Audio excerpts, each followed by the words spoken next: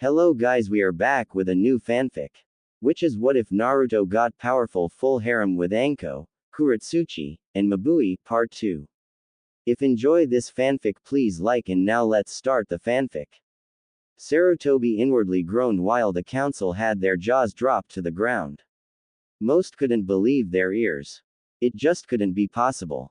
How was it possible? Granted, Team 7 had the Uchiha on his team and he was considered the Rookie of the Year.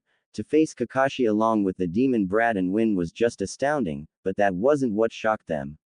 No, they had more or less expected that, but they didn't expect what Kakashi had told them. Can you please tell us that again, Hatake-san? Koharu asked. Right in front of the entire council was Kakashi with his casual look of laziness. He rubbed the back of his head before slightly bowing to the council members and proceeded to answer them, again. It is true. Naruto Uzumaki managed to bring Sasuke and Sakura together. With him as the center they were able to try and overpower me with their teamwork. Also, Naruto had some kind of weapon. It wasn't like anything I had ever seen before, Kakashi answered, still remembering the deadly Fuma shuriken that Naruto had. It could be said that not much could surprise the copy ninja, but something like that with so much elemental diversity had just shaken his core.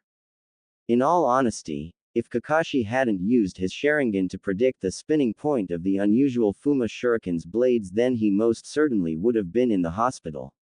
It could also be said that Kakashi, as well as all other Junin and Anbu, was up to date with all forms of weaponry that Konoha had to offer, but he had never, and he meant never, seen something like that before. Least of all from the dead last of the academy. The clan heads remained silent. Hiashi just glared harshly at the floor while the others were more contemplating. They were trying to wrap their heads around the very idea of a genin like Naruto actually posing a threat to, no scratch that, actually posing a challenge to Kakashi Hatake, one of Konoha's best Junin shinobi. Danzo didn't let it show, but inwardly he had a small grin across his face. Damn it, Hokage-sama, see what you have done. We have to kill it now. It was a match for Kakashi. It's obvious that he'll wage war on us all. We'll die and it will be your fault for going easy on the brat. Someone shouted at the top of their voice. The civilian council nodded fervently as shouts of killing Naruto came across the room. Soon, Kakashi and Sarutobi winced at the outcries before Sarutobi finally had enough. Silence. He shouted, blasting a key in every direction, getting the clan heads to shift uncomfortably. The civilians finally decided to shut their mouths as some cowered before the power of the Sandame. Seeing that he was able to continue, Sarutobi lowered the pressure and turned back to Kakashi. Kakashi, can you give us a description of this weapon? Sarutobi asked. Kakashi nodded and began to describe. Yes, Hokage-sama. It was obviously a Fuma shuriken, but the out length of the four blades were spiral-shaped. They were a very shiny black metal that could glimmer in the sunlight like a precious gem. The spiral-shaped blades allowed for the centrifugal force of the shuriken to continue spinning more than an ordinary ever could, thus making it more deadly.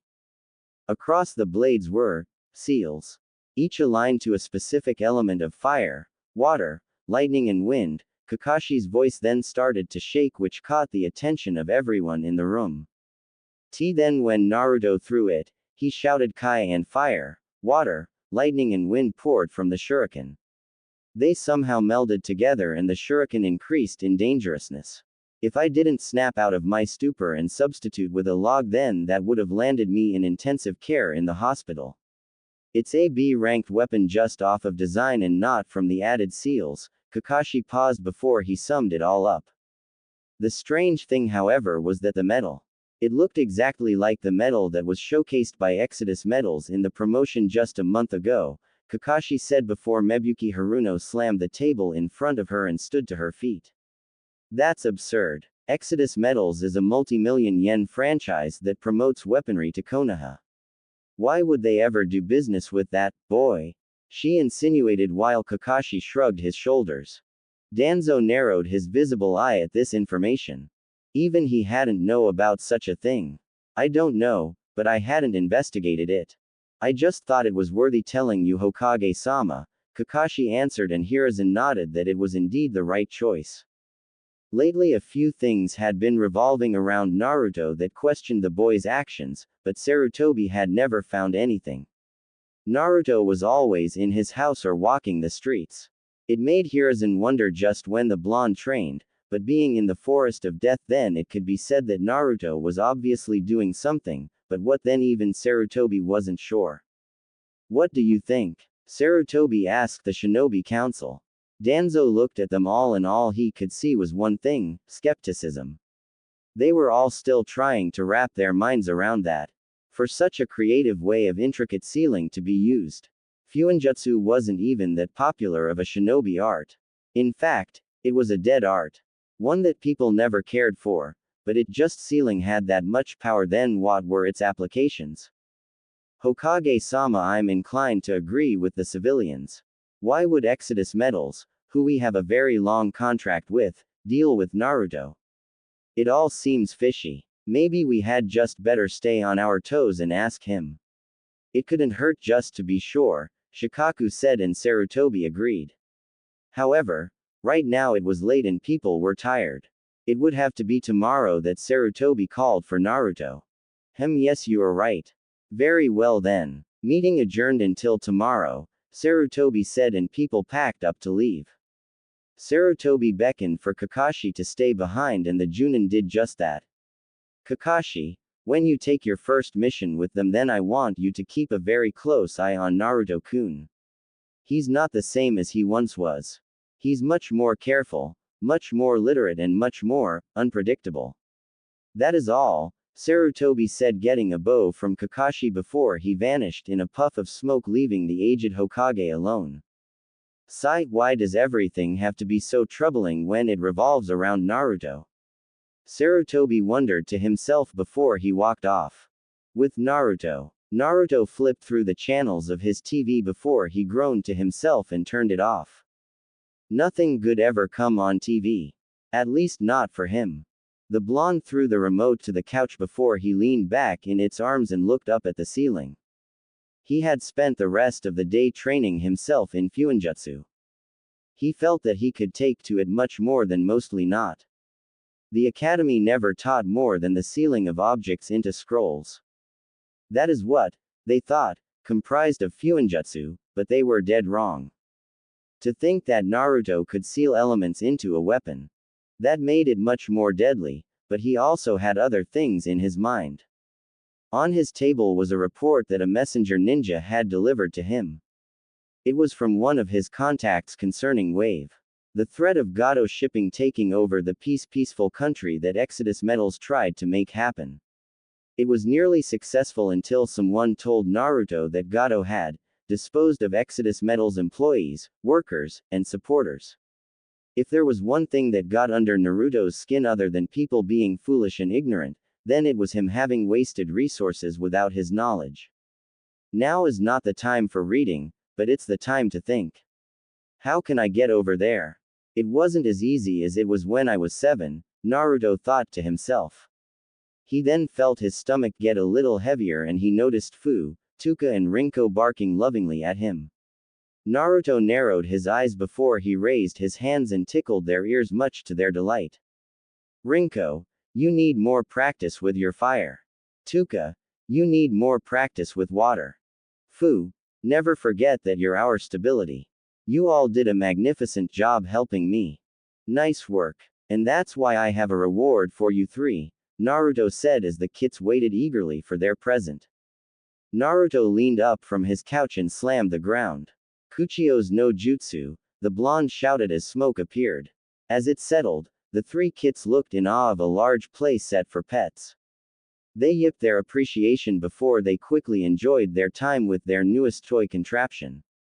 Naruto, pleased with their reactions to his latest project, just gave a small smile and got up to get something to drink.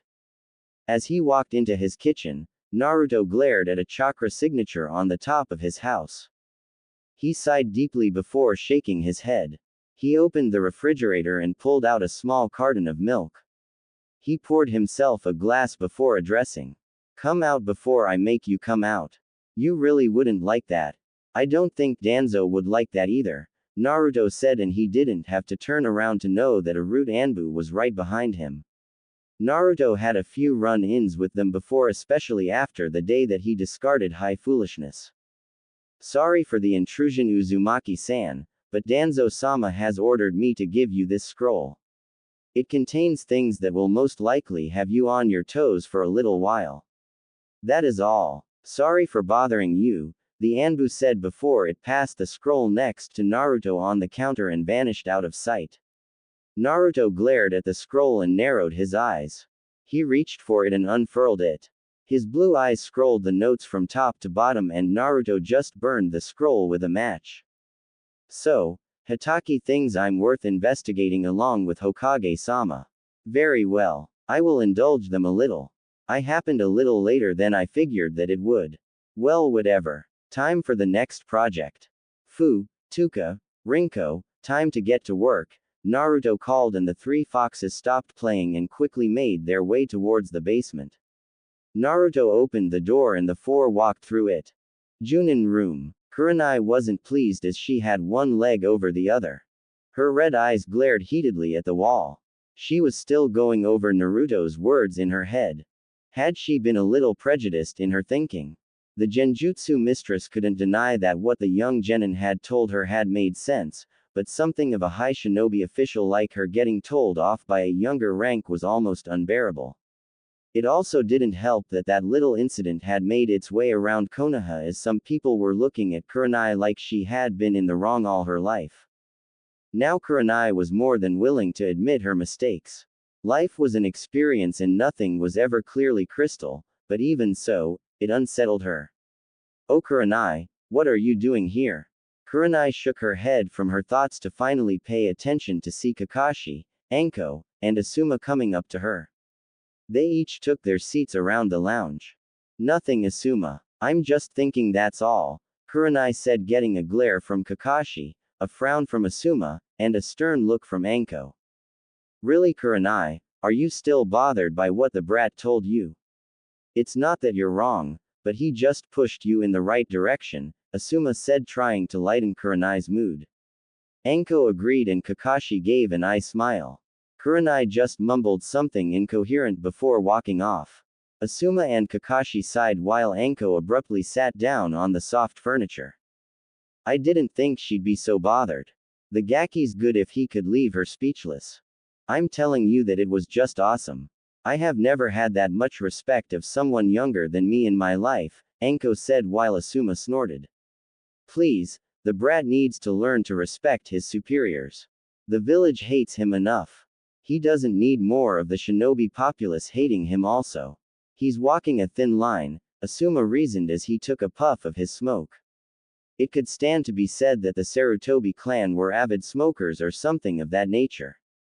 Yes, but you have to admit that the Gaki's got some skill if he even surprised Kakashi the way the guy spoke. Right, Kakashi? Did the Gaki really you over as much as I think? Anko asked, getting Kakashi to pull down his orange book to give a half-hearted glare to the purple-haired Kunoichi. Anko, you are undoubtedly interested in Naruto today. What brought this on? Kakashi asked. Anko blinked before she turned to see Asuma looking at her with a small grin on his face. Meh. Don't be ridiculous, Kakashi. I just find him interesting is all. That's it. Who would like him anyway? Anko asked, pouted before getting up and walking to a vending machine. She quickly deposited her money into it before the machine malfunctioned and she aggressively kicked it.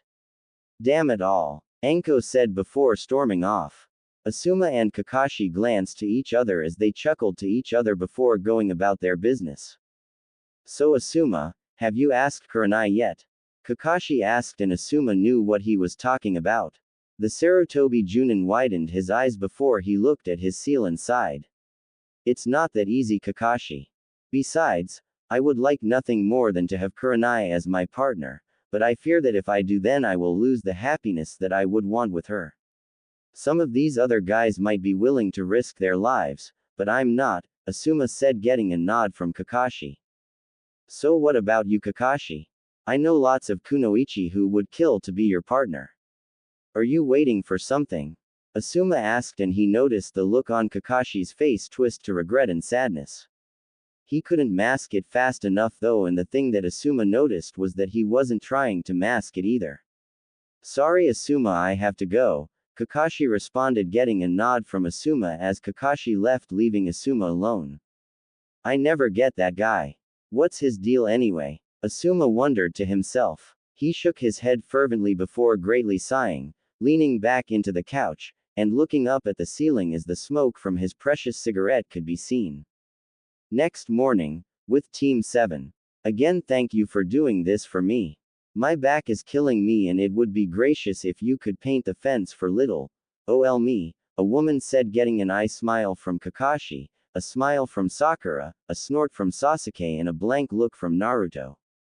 Well, that's what we're here for, Kakashi said as they were handed their buckets.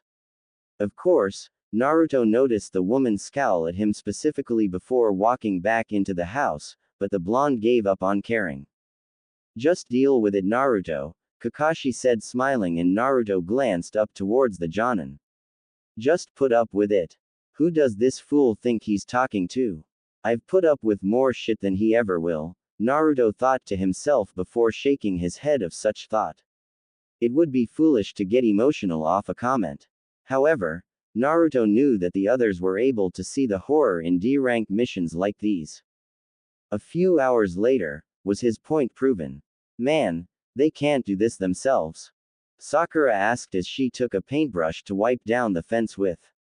Sasuke just grumbled to himself while Kakashi gave an eye smile as he watched his genin work. They had taken the D-rank mission that was supposed to be, as Kakashi quoted, helping them with their teamwork and to get used to each other. However, both Sasuke and Sakura knew the truth. They knew that this lame chores were just by civilians who didn't have anything better to do and just wanted to be lazy. Kakashi, this had better be worth it or I swear I will kill you, Sasuke grumbled to his teacher. While he was doing this, his family's murderer was out in the world, still breathing, still walking. It pissed him off. Ma Sasuke, you will understand the purpose soon enough. Now then, I guess I will go check on Naruto, Kakashi said as he walked over to the opposite side of the fence that Sasuke and Sakura were working on. It wasn't a long walk and Kakashi saw the entire south side of the fence coated in white paint with Naruto finishing up the edges, but the sight that made him sigh was Naruto leaning against a tree with a scroll in his hands. Naruto had his eyes closed as he tried kunai balancing with a twist. Naruto now tried to make the kunai spin on his fingertips with his chakra while keeping it balanced accordingly. Kakashi turned his head and he saw Naruto's kits running around along the outer rim of the fence, allowing the other Naruto to work progressively. He then sighed and closed his book before tapping the blonde on the shoulder. Naruto opened his eyes and they slowly formed into a glare before he looked up to see a smiling Kakashi. I'm very irritated right now, Hatake. What do you want? Naruto asked, and Kakashi would have scolded Naruto on respect, but the dark glare he got from the blonde just told him to cut his actions and just talk. Naruto, I didn't know you knew the Kage Bunshin technique, Kakashi said. Naruto rolled his eyes and grumbled. I don't. That is an elemental Bunshin. It's just an advanced version. I didn't care for the Kage Bunshin technique. Are we done now? I'd like to train as much as I can since I'm forced to tolerate your presence along with my two teammates, Naruto said before he felt Kakashi tap him on the head with his book. Naruto, these missions are to promote teamwork. You can't get the crazy missions already. It doesn't work that way, Kakashi spoke and Naruto rolled his eyes.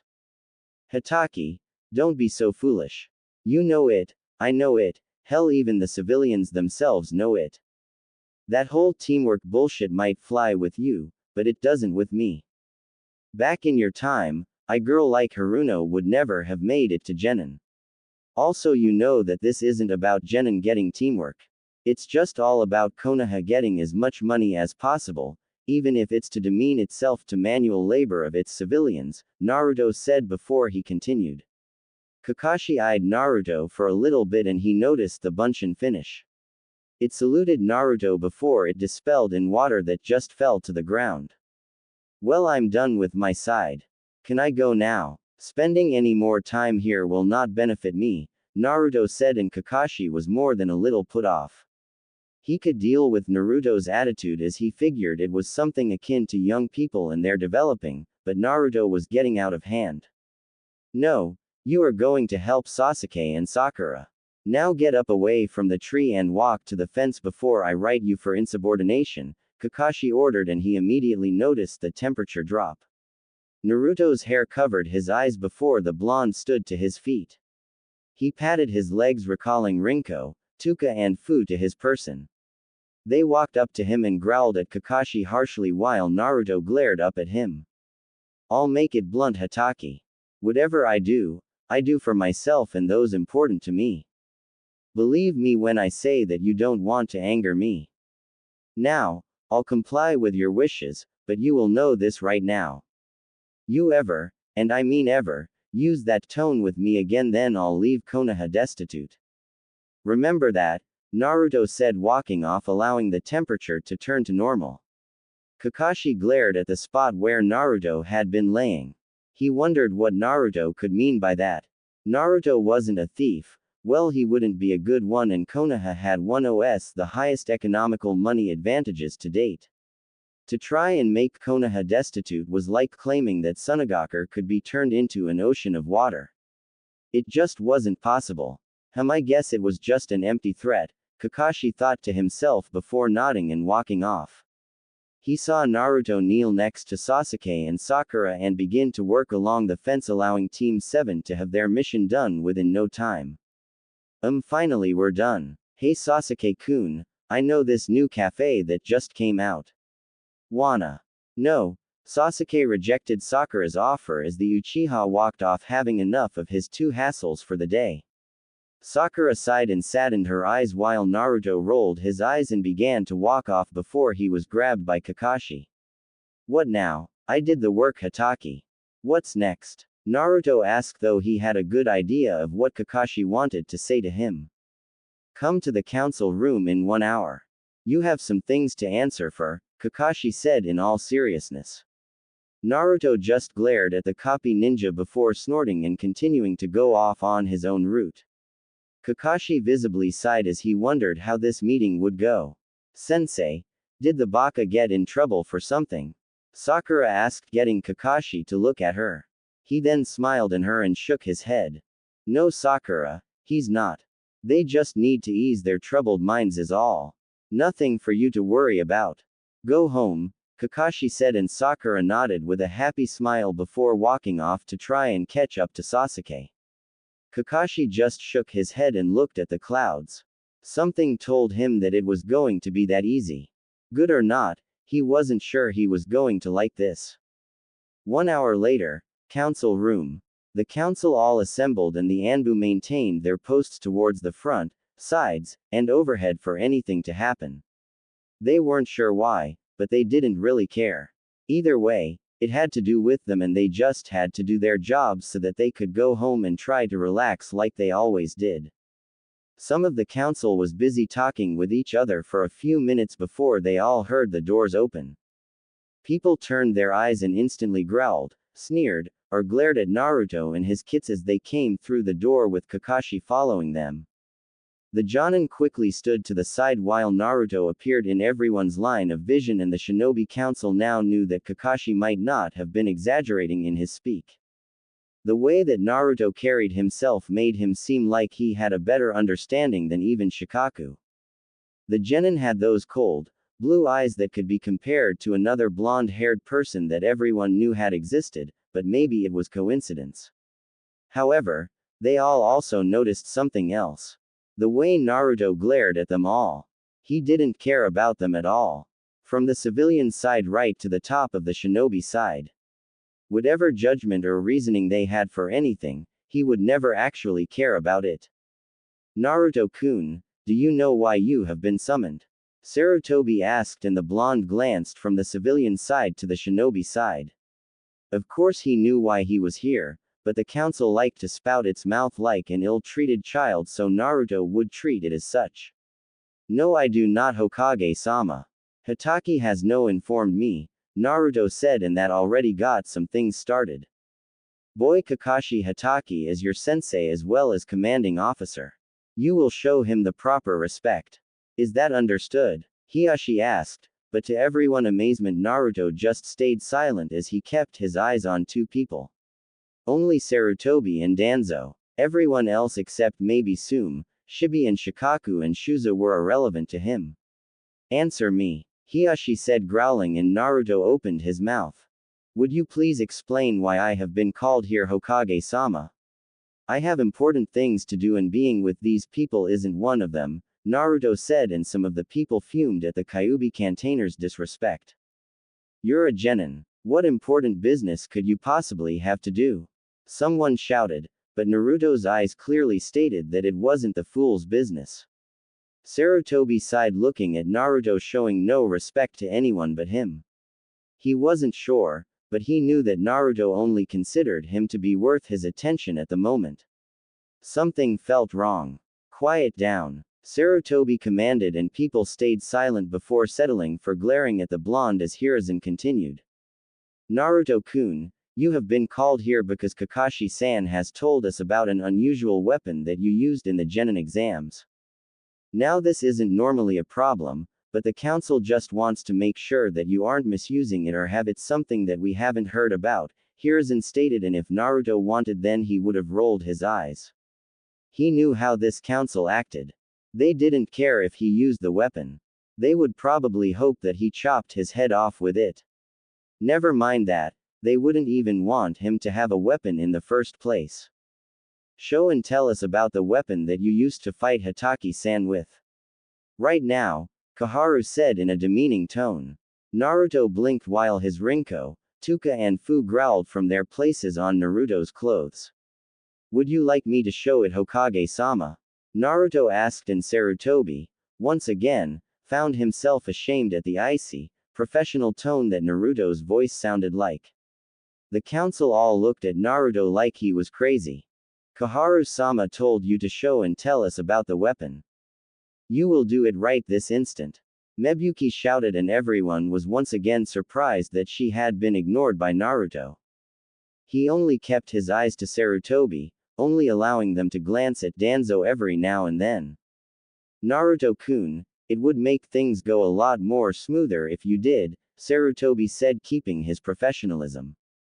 Naruto bowed obediently. He quickly reached into his pouch and pulled out a scroll. He showed it to everyone before unfurling it. Everyone could see the complex seal arrays across it, but somehow the shinobi knew that it was meant for storage. Naruto did a few hand signs and slammed the scroll. A poof of smoke came and everyone could see a single blade with a handle. Naruto picked it up and showed it.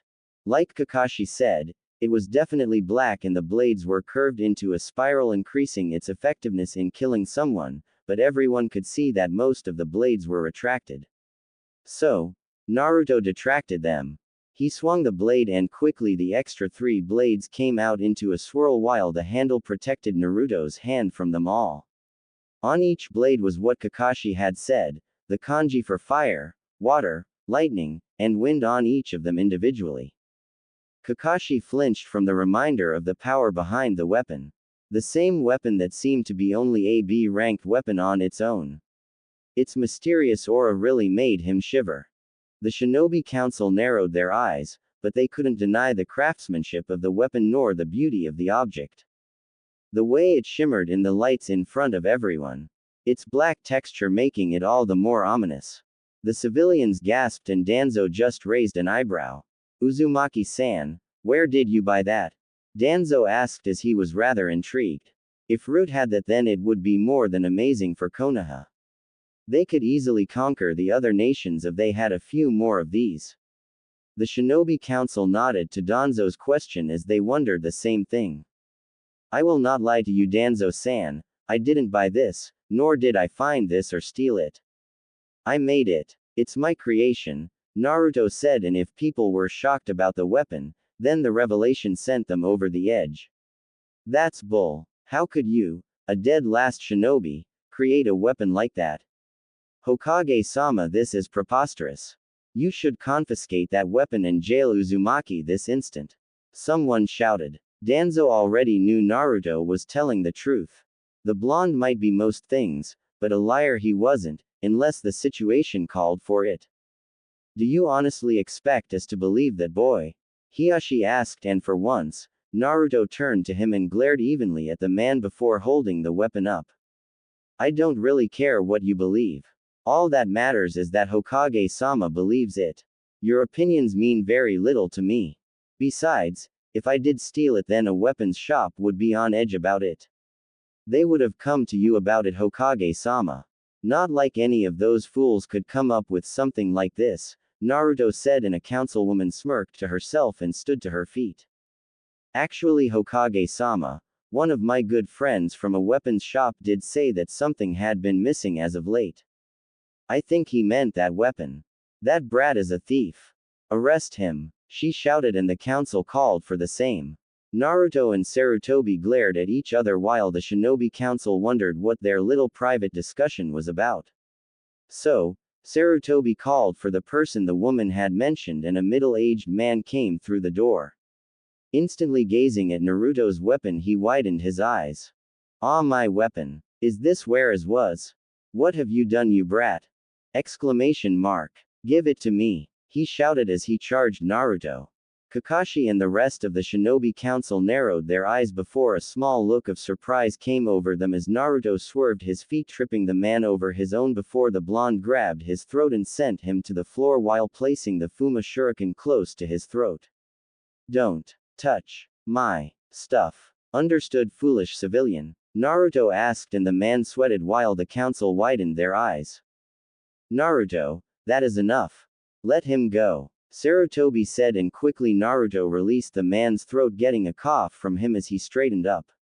Who are you? Danzo asked, and the man bowed. I'm Taro Shins, Danzo-sama. An Anbu called me saying that they had found my missing weapon. That's it right there. The little thief must have stole it in the night while I was gone. I want it back, and I want him to pay for stealing it. The man named Taro shouted at Naruto, who still held the blade. The council was ready to call for Naruto's death before the blonde raised his hand. What is it, Naruto-kun? Sarutobi asked as the council glared at him. Hokage-sama, before this fool tries to run my name and integrity through the dirt anymore, may I hand the weapon to him? Naruto asked, and Mabui jumped up. So you admit that you stole it, brat? Mabui shouted, and Naruto turned to her. Silence, you fool. I'm just about to foil a foolish attempt. Here, Taro-san, your weapon. However, I would like to know, can you retract the blades? Naruto asked, and Taro sweated. The council glanced to him as Naruto held out the weapon in front of him to take. Taro snorted and took the weapon. Immediately as he took it, everyone noticed that he struggled to just lift it up, showing that it was quite heavy in its own right. Taro gulped and turned to the councilwoman to his far left. She nodded earnestly, and Taro tried his hardest to retract the blades. The shinobi council narrowed their eyes, and so did Sarutobi and Danzo. After a few minutes, Taro grinned and successfully retracted the blades just like Naruto had done. Told you it was mine, the weapon shop owner said, getting a nod from Naruto. The civilians grinned successfully before they heard Naruto speak. I can't deny that you did, Taro-san. Now then, I'd like a question from you. As I'm sure you know that metal is quite rare. It is yours after all. Now please answer me this. That metal has to be burned at what degree? 220, 400, or 350? Naruto asked, and Taro gulped again. Hee, stupid brat. Obviously it had to be burned at 400 degrees Fahrenheit or it would melt, Taro said, and Naruto just glared and closed his eyes. You are a disgrace to the weapon-making business. The answer was none of those. The real answer is that it has to be burned at 299.9 degrees exactly, or two things will occur. If too low, then it won't soften. If too much, then it will lose its edge properties. Get out of my sight, worm, Naruto said, taking his weapon back. Taro widened his eyes while Sarutobi glared. Anbu, arrest Taro-san immediately, he ordered, and the Anbu dragged a yelling Taro off somewhere. Naruto pocketed the weapon and the councilwoman growled as her plan failed. Then Naruto-kun, we have acknowledged that it is yours truthfully. Now then, can you please tell us, what is the name of that metal? Sarutobi asked and Naruto folded his arms. Even if I told you, you wouldn't be able to mine it, Hokage-sama, but you are in charge. The metal is known as Uzuin. It's called this, I believe, because I found it near a whirlpool. That's where the metal is in its raw form. I wouldn't recommend going for it as only those with my chakra levels could even hope to get it, Naruto said, getting a scowl from the civilians as they hoped to get their hands on it as well. Well, Naruto, since you're the only one who knows where it is and can perfect it, then would you mind making some for your team? And for the village? Kakashi asked with an eye smile. Truthfully, he would love to have one. No doubt he could create something amazing with it. He could train Sasuke and Sakura to use it and their team might have a better shot if he nominated them for the Chunin exams. However, Kakashi came to the full force of Naruto's piercing glare before the blonde snorted. Don't think I forgot your tone, Hatake. Now then, I don't mind making them for the village, Naruto said, and people brightened up immediately before Naruto continued. So long as they pay me 1 million yen per purchase. Kunai and shuriken are 20,000 yen. Fuma shuriken are 40,000. Swords are 150,000. Custom are 50,000. Depending on what they want, the price will increase or decrease. A complete set of more than 6 for each results in 1 million yen. Thank you, Naruto said with a bow, and the civilians dropped their jaws. That's outrageous. That's as much as an S-rank mission. You're crazy if you think that Konoha is gonna, a male merchant yelled before he was silenced by Naruto. Fine, go and try to find the location. Even if you do, then you won't have the permission to go. Also, if you're not a shinobi, then you're dead. Am I excused, Hokage-sama? Naruto asked and Sarutobi nodded. Naruto, I would like to speak a little later about those prices, Sarutobi said, and Naruto nodded before he spun on his heel and made his way for the door before he felt his shoulder grabbed again. Naruto, we're a team. You made such good weapons. Don't you think it would be wise to share it with your friends and your sensei? I could teach Sasuke and Sakura to use them, and the weapons are really strong. How about it? Kakashi asked. Friends, Hatake-san. Don't be ignorant. I do nothing for free. However, I'm not adverse to helping others. Even though anyone could give a damn about me, but that way of thinking is foolish. So unless you, Haruno, and Uchiha can pull your little money together, then I would kindly ask that you leave me to my work, Naruto said before he, much to everyone's surprise, left the room via shunshin. Kakashi sighed and civilians roared against Sarutobi about the things that just happened in front of them. Sarutobi could only sigh as he rubbed his temples. This just wasn't his day. With Naruto arrived at his house and gave a very heavy sigh. He was tired and he really didn't feel like working at the moment. Right now, he could just feel the comfort of his couch. Maybe a good book in his hands and then something to eat for himself, Rinko, Tuka and Fu. Then they would work or scavenge for more metal. Naruto fished for his keys and opened the door. He walked through and the sight made him raise an eyebrow. He saw Anko sleeping soundly on his couch. In her hands was one of his books, Mysterious Light, a drama romance. What are you doing here? How did you even get at my house? Naruto wondered while Rinko, Tuka and Fu whipped their noses at Anko. They took in her scent and glanced to each other curiously.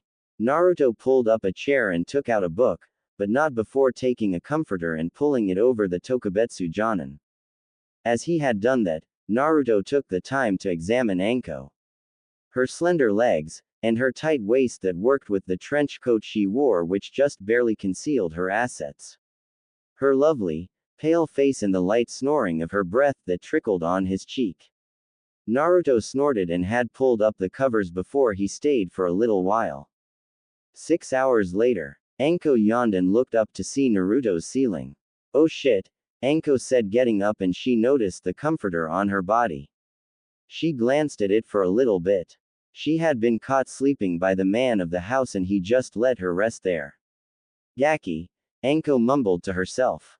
Oh, you're awake. So, glad that my couch was comfortable for you. Anko turned her head fast and she noticed a slightly beaten up Naruto with a large scroll on his back. His kits were panting heavily before they laid down on the carpet in front of them. Their fur was wet and they shivered. However, that was before Naruto placed a towel over them and began to dry them off, letting their fur fan out like normal. Sorry for using your. Anko was interrupted by a question from Naruto. Why are you here? Naruto asked bluntly as he continued to dry his kits off. Anko blinked and straightened up her body. Well, I missed you, Foxy-kun. It's been a few days since I've been to your house, which is still neat as always. Didn't I say that we needed to do more stuff? Anko asked while Naruto narrowed his eyes. He just sighed and shook his head. Mitarashi-san, it's not really right for you to be here. Don't you have your reputation to think about? You wouldn't want to be associated with the demon brat, Naruto said, and Anko narrowed her eyes. First, Gaki, the name is Anko. Not Mitarashi-san. I hate that stuffy shit. Second, I could give a damn about what people thought of me now. They can't do shit anyway. I wanted to come, because I wanted to come. Nothing more or less, Anko said, and Naruto just shrugged it off. Do what you want, he replied. Seeing that the three were clean, Naruto took another towel and wiped the obvious dirt from his face off of his body. Alright, I will then, Anko said, grinning, getting a small glare from Naruto. The blonde heavily sighed and shook his head before he disappeared into the basement with the large scroll. It had only been a few minutes, but he then returned only to be grabbed into a headlock by Anko. So since I can do whatever I want, then I want you to buy me a drink, Anko said, and Naruto snorted. Why should I? He asked, and his response was a glare from Anko. Because I can pull rank and force you to. Isn't that right, Foxy-kun? Anko asked. Naruto's response was to grab Anko's arm and unheadlock himself. 1. You couldn't force me to do anything. 2nd, I don't give a damn for rank. Using such a thing instead of using reason is foolish, Naruto returned. Anko glared at him before she sighed and begged. Oh, come on. It won't be long. Nai-chan is gone. Kakashi wouldn't take me for shit and anyone else is a faggot. It's not like I'm telling you to date me. Anko shouted, and Naruto paused. He looked at the ground before he noticed Rinko and Tuka looking at him. They butted their heads against his legs, telling him to go. Stop your shouting. Alright, fine. I'll go. Got nothing to do here anyway. Just let me change, Naruto said, and Anko nodded happily. Naruto disappeared upstairs and in a few moments came down wearing a blue shirt and black shorts. He led Anko out of the door, and to his surprise Anko shot off through the forest with Naruto not far behind her. They raced across the trees and Anko was surprised that Naruto could actually keep up with her. It was another thing that she had found to be amazing about the person behind her. Naruto didn't even look winded. Not bad. Let's see a little more, Anko thought before she grinned and vanished in a flash of speed, leaving Naruto behind. The blonde narrowed his eyes before a small grin appeared on his face. Interesting. Anko hopped through the trees in a blazing speed before she made it to the gates. The Tokubetsu Jonin huffed and leaned against the metal. Sucker, she said before she felt a tap on her shoulder. Too slow, Naruto said next to her, and Anko widened her eyes considerably. Not bad for a brat, Anko said, and Naruto just took it sparingly. They stopped the run and just casually walked towards the village. Somewhere else. Man, I tell you, Kurenai-sensei was brutal during training today. I wonder what happened to her, Kiba said while Shino and Hinata stayed silent. They didn't say anything. However, they couldn't deny that what the Inuzuka said did hold to truth. Kurenai had been sort of hard in the training. Mostly on Kiba for some reason, and she always seemed to be muttering to herself. They were lucky that she got called away on a mission and wouldn't be back for a good little while. So, what do you guys want to do? Kiba asked. I have to go home soon. Otu-sama said that I should, Hinata said shyly, getting a nod from Kiba and Shino. Ah, really? Well, that sucks, Kiba replied. Isn't that Naruto-san? Shino asked. At the mention of Naruto's name, Kiba and Hinata quickly turned their heads as they did notice Naruto in the streets. They could see some people muttering to themselves while Kiba and Hinata, much to their confusion, could see a woman walking next to him. She was obviously taller than him, but she was still talking like they had become the best of friends. What the hell? Who's the babe and why is she talking to that loser? I'm better than him, Kiba shouted while Hinata just looked on sadly. However, inwardly, she was growling and clenching her clothes. Shino didn't seem to have an opinion whatsoever. Hey guys, what are you looking at? Shino turned his head as he noticed Shikamaru, Choji and Ino walking up to them. Hinata pointed a shaking finger in front of her as Team 10 looked. Shikamaru raised an eyebrow while Ino gaped. Choji just ate his chips as Ino shook her head. Is that woman blind? She's with the class loser.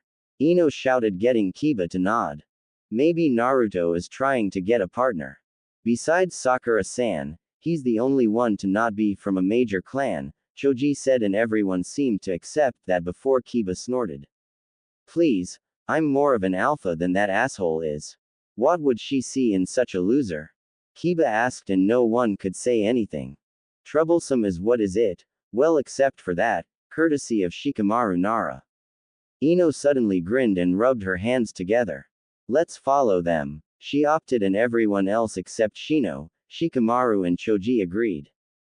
With Naruto and Anko, Anko grinned happily as her blonde companion had followed into step with her.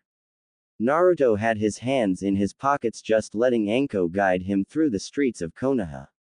She didn't even mind the stares of the people against her and Naruto. She was used to such shit and Naruto didn't seem to care about it either. He just took it all in stride as always. So, where should we go? Anko asked and Naruto snorted. I was here to just buy you a drink. Once that drink ends then I'm out of here, Naruto said, and he noticed Anko's grin lessen. It then quickly shot up and the blonde glared. Fair enough. Hey, come on, before you buy my drink how about we play a game? Anko asked and Naruto rose an eyebrow before he felt himself dragged into a casino. Naruto rolled his eyes as they entered. Why would they go in there? This doesn't seem like a date, Ino said while Kiba snorted. Would you expect the Dobi to know how to do a date?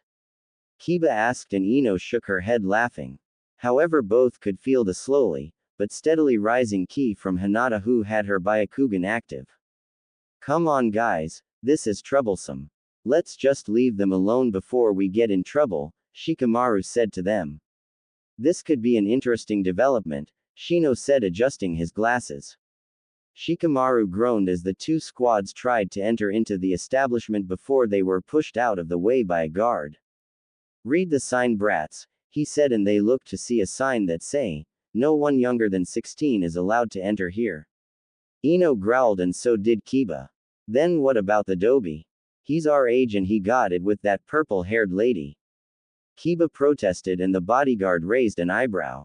He went back a few minutes and indeed he did notice a blonde kid about their age going in, but he also noticed. Oh well, sorry about that.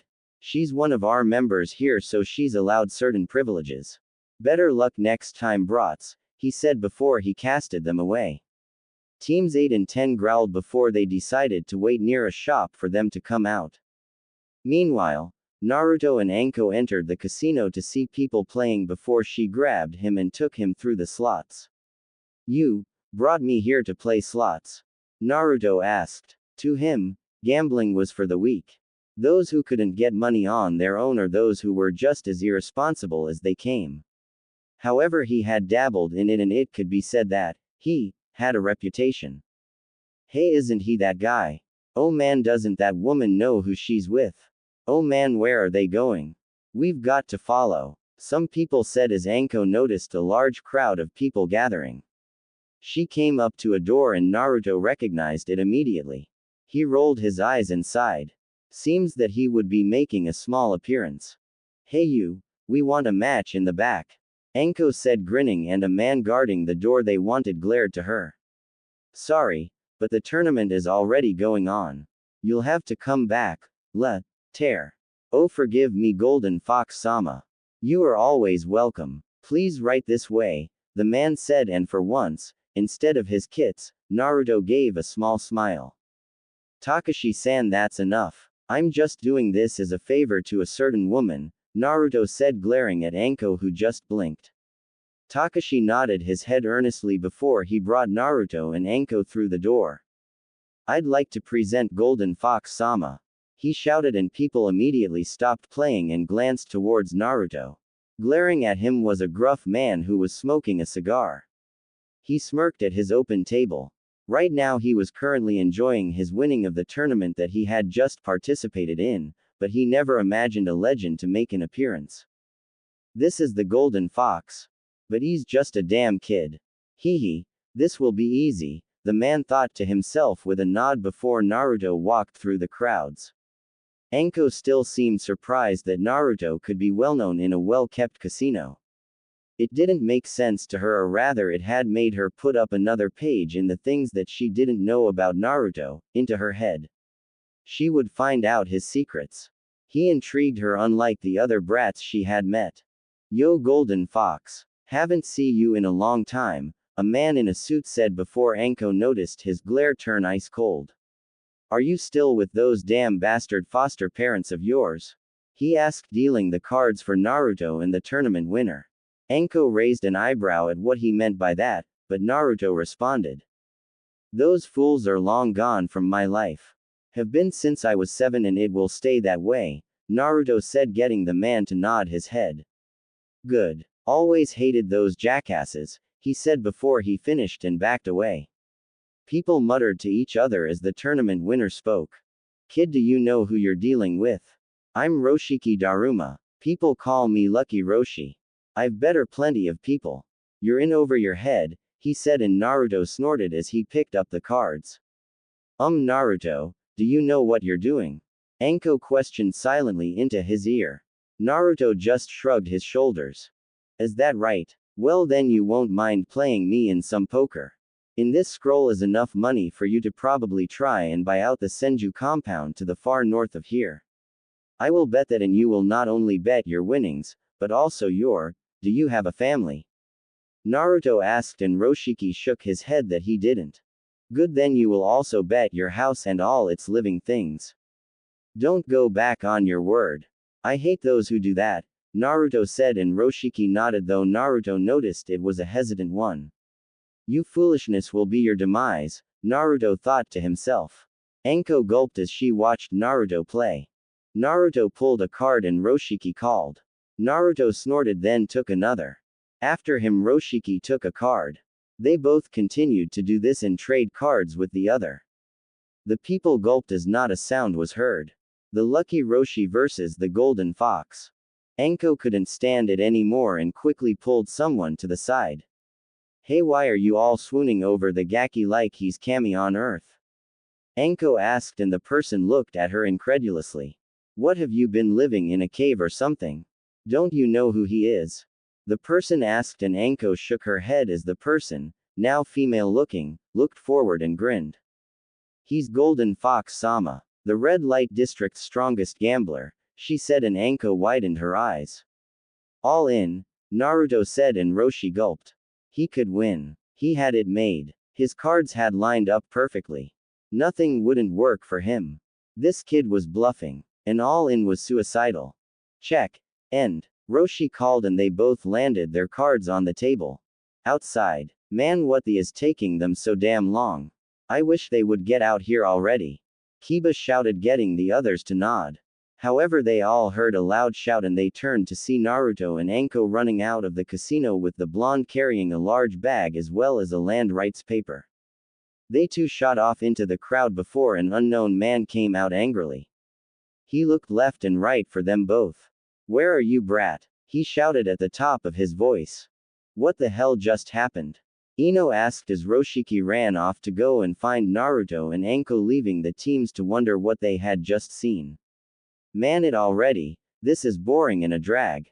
I'm going home. My dad is already going to kill me as it is, Shikamaru said, walking off while Shino followed. With Naruto and Anko, both huffed and looked around the corner. Sure enough, they weren't being followed, and Anko laughed. Man, that was fun. How did you do it? That was amazing. The odds were all in his favor and you still beat him with a 2-pair. That was amazing, Anko said, and Naruto just shrugged his shoulders. It was nothing special. It's how I've always done things. Gambling might be for the weak, but it takes the principles of shinobi tactics. Cheat, dominate, crush and leave the foolish opponent at your feet. But I will admit it to you. I did have fun seeing his face, Naruto said, getting a small smile. Anko nodded her head fast before she noticed one of her favorite bars. She brightened up and grabbed Naruto by the arm. Now what about that drink, Foxy-kun? Anko asked, and Naruto shrugged before they walked off. Both went into the bar and sat at a stool. Anko ordered her drink while Naruto didn't. He didn't drink, and more than likely he wouldn't either. Drinking impairs judgment, and that gives rise to mistakes. It was foolish. Anko took a sip of her drink and smiled. I guess I should thank you. I did need to get today, Naruto said unexpectedly. Anko glanced towards him and she noticed him staring at nothing in particular. Think nothing of it, ga. Naruto. We're friends, right? Anko asked, and Naruto snorted. Friends, huh? I don't know that word enough. It's weird to me. Even Rinko, Tuka and Fu aren't my friends. I feel like I'm their father mostly. They don't have anyone and I adopted them. I care twice as much about them as I ever will for my so-called teammates, Naruto said, and Anko sighed. That's a shame. I think you're awesome company, Anko admitted. Well then, you're the only one. Why are you even here right now? Why break into my house? Why do any of that shit? Naruto asked. He wasn't sure why, but he just felt talkative at the moment. Why? Well, I didn't have a reason for it. Well, I guess I can't say that. You are a genin and yet, you never asked anyone to be your partner. Why not? Anko asked, though she could fathom a guess. Don't be a fool, Anko-san. You really think anyone would care to be my partner? I don't need a partner either. I've survived this place for 13 years.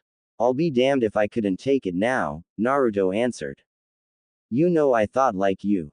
Though that I didn't need anyone either. I thought that everyone was out to get me. HMPH, I hated it, but I've got friends. Though I don't have a partner, Anko said, and Naruto turned to her. He saw a longing look in her eyes, but it was replaced instantly. Really? I thought you were the great and Anko-sama. You gonna be picky? Naruto asked, and he lightly flinched as Anko jabbed him in the shoulder. No, brat. I'm not picky. I just refuse to trust anyone to have my back again. Besides, who truly wants to be the partner to the snake bitch? Anko said, keeping most of it silent and to her own. She quickly downed the drink before she asked for another shot. Outside, 2 hours later. He's in there, Roshiki-sama. Do you want us to go and fight him now? We'll tear him apart and leave his body for the buzzards, someone said while Roshiki held a large weapons. He pounded it into the ground and grinned. You're going to regret making a fool out of me, Golden Fox, he said with an insane grin. Back inside. And HATSS I wanna AAA get stronger, hick. All Joe W. I am was boss, Anko said drunkenly while Naruto sighed. He shook his head before he paid the bartender to allow them to leave. Yeah, whatever you say, Anko-san. Let's get your drunk home, Naruto said to himself as he quickly grabbed Anko and picked her up. Naruto and Anko exited the bar as the blonde huffed to take her home. Oh wait, he had no idea where she lived. Man, you couldn't have passed out after I figured out where you lived? Naruto asked before he dragged Anko through the streets. Naruto-kun, give me a kiss. Anko said, and Naruto growled before managing to hide a blush from his face. He shook his head and continued on. Naruto walked through the village asking people for Anko's place, which he was happy that they were too confused to see a genin lugging around a junin to really know just who they were talking to. Finally talking to a busy someone who knew Anko, They gave him directions to her house, which just so happened to be an apartment complex. Naruto dragged Anko up the stairs as Anko started to sing. Yuto, won't you your skin for me? I will arma sn, I can make a sweet cape. Won't you dance or me, oh Naru, too. You rule over Noah. I will charma sn, I can make a sweet cape. Oh Naruto, won't you your skin for me? Anko sang while Naruto brought Anko to her door. Finally. Now then, foolish woman, time to get you in your room so I can leave. Naruto searched Anko's pockets before he widened his eyes. No keys. The blonde groaned and resisted the urge to shout at the top of his voice at whoever was mocking him at the moment. He couldn't very well bust the door down, as that would just get him more attention than he ever wanted at the moment. Naruto sat down and looked at Anko, who had leaned her drunken head on his shoulder. The blonde narrowed his eyes before he noticed Anko had stopped singing. Now she seemed to be mumbling. You were an outcast like me. I wouldn't mind if you were my partner. Z's, Anko finished, and Naruto sighed. He shook his head before lifting Anko up and hitting the streets again. Naruto lugged her for a little while and left Konoha, entering the forest before he stopped. The fields were almost too clear. He was surrounded, the people had weapons, and they were leaking a premature ki. The blonde sighed and shook his head left and right. Sore losers, I bet, Naruto said to himself with a nod. The blonde quickly laid Anko near a tree and hanged her body while he got to his feet. All right, come out, fools, Naruto said, and bandits quickly appeared all around him. Naruto heard chuckling, and out of a dark alley, he noticed Roshiki glaring at him while holding a massive twin spike club. You pissed me off back in there, brat. You're about to pay for that, he said, swirling his weapon around while the people surrounded Naruto. The blonde shadowed his eyes and smirked dangerously. Foolish man. You think you can compete with me? You think you're pissed? I'm stuck lugging around a damn woman who's as drunk as all shit. People like you piss me off. This is good. I needed a little stress relief, Naruto said, massaging his muscles. Get the brat, Roshiki shouted, and the men quickly charged at Naruto while the blonde sighed. That's it, come on. I have a new toy I want to try, Naruto thought to himself as he placed his hands in his pokes and pulled out 2 kunai. He placed them on the ground and cracked his knuckles. He then took out a kunai and quickly charged at everyone. The first few people tried to swipe the blonde with their swords, but Naruto was too fast as he slid across the ground. He threw 3 kunai at them. One of them blocked and the others lodged themselves in 2 heads of 2 men. They fell to the ground, dead. The others growled and charged the blonde some more. They swung their swords, but Naruto swerved through them all. He quickly jumped into the air before pulling his hand back. Futon. Shinkushoha, wind release. Vacuum palm wave, Naruto shouted as he launched a blast of wind from his palm, slamming men into the ground as they shouted through the forest. Naruto landed safely before he quickly placed his hands in his pouch and pulled out his Fuma Shuriken. He took out each of the blades as they swirled into the shape that he wanted. Naruto touched the top of the lightning kanji before he grinned. Vanish, along with your ignorance, Naruto said as the lightning from the seal sprayed out and the blonde quickly tossed it into the air. All the men gasped as the lightning connected to the 2 kunai on the ground, making a sort of tether line.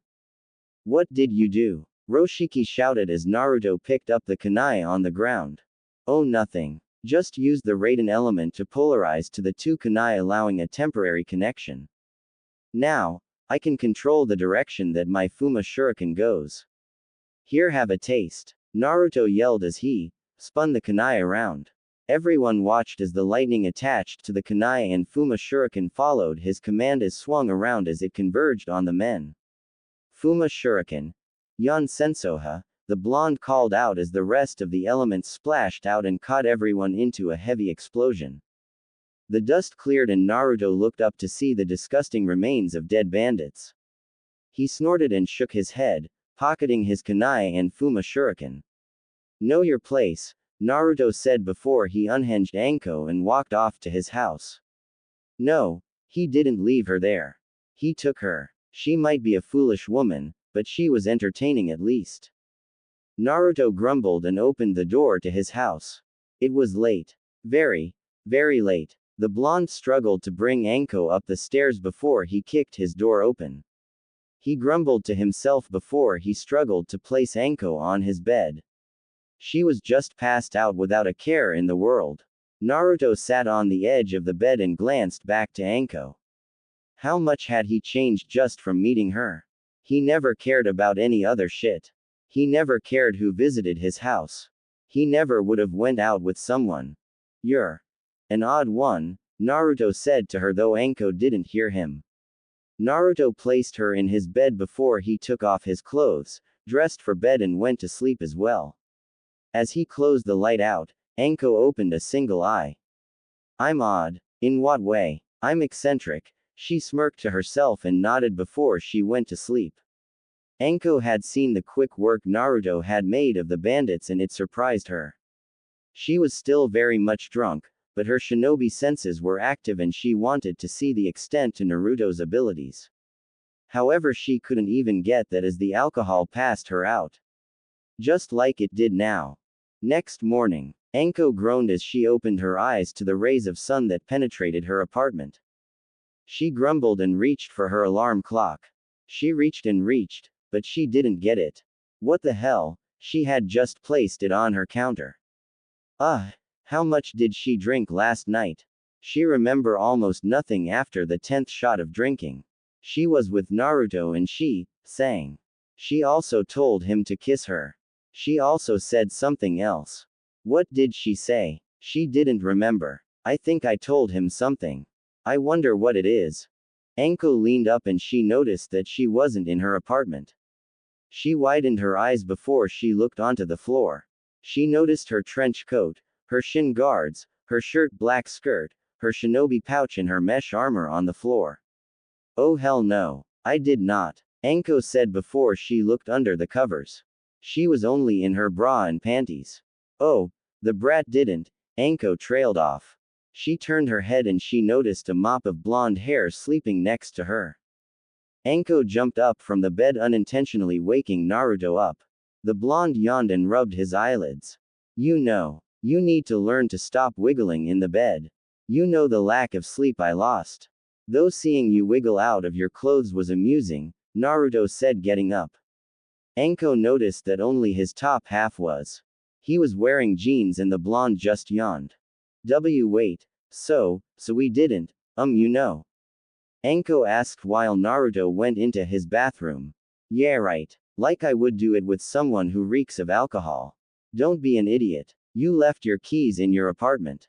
Don't worry, you're still unmarked, Naruto said, and Anko glared down at her seal.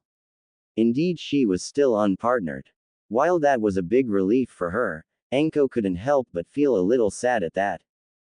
Get this straight, you will not tell anyone about what happened here, Naruto instructed as Anko quickly started to put her clothes on. Damn straight. Don't need you telling your friends how you got an easy lay when you didn't, Anko said before she widened her eyes. Naruto didn't respond and Anko peeked inside. I didn't mean it like that. Sorry Naruto, I just wouldn't want to do it with someone that I didn't know, Anko said sort of palely, and Naruto snorted. Forget it. I know what you mean. Just drink your hangover medication, get some breakfast from the fridge, then you can leave. I've got shit to do, Naruto said, and Anko blinked. Say Naruto, do you mind telling me, what work do you do?